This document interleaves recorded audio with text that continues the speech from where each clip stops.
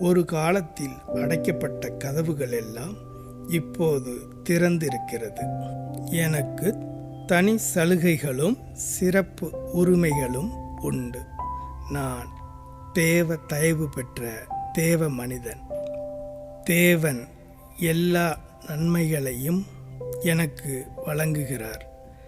கர்த்தருடைய கிருபை என்மேல் இருப்பதால் பகைவர் என்மேல் வெற்றி கொள்ள முடியாது. இயற்கைக்கு அப்பாற்பட்ட அபிவிருத்தியும் உயர்வும் என்னை தேடி வரும்.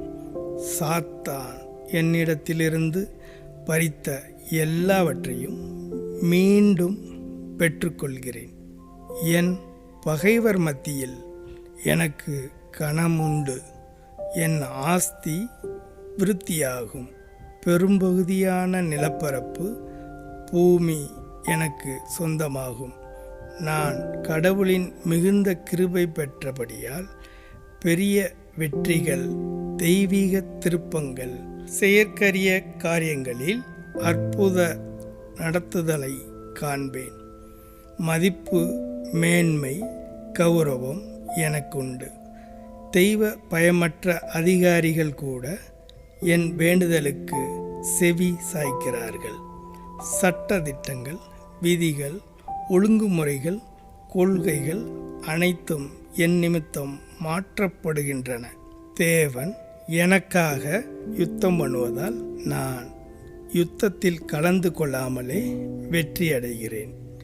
என் நிமித்தமாக ஏராளமாய் அபரிமிதமாய் அருளப்பட்ட இலவச கிருபைகளை நான் அனுபவிக்கும் நாள் இதுவே. குறிக்கப்பட்ட நேரம் இதுவே. இக்கணமே இயேசுவின் நாமத்தில் ஆமேன். இயேசுவே ஆண்டவர். வெற்றி உங்களுடையது. நீதிமொழிகள் 10:23, 15:21, 17:27, 28:2.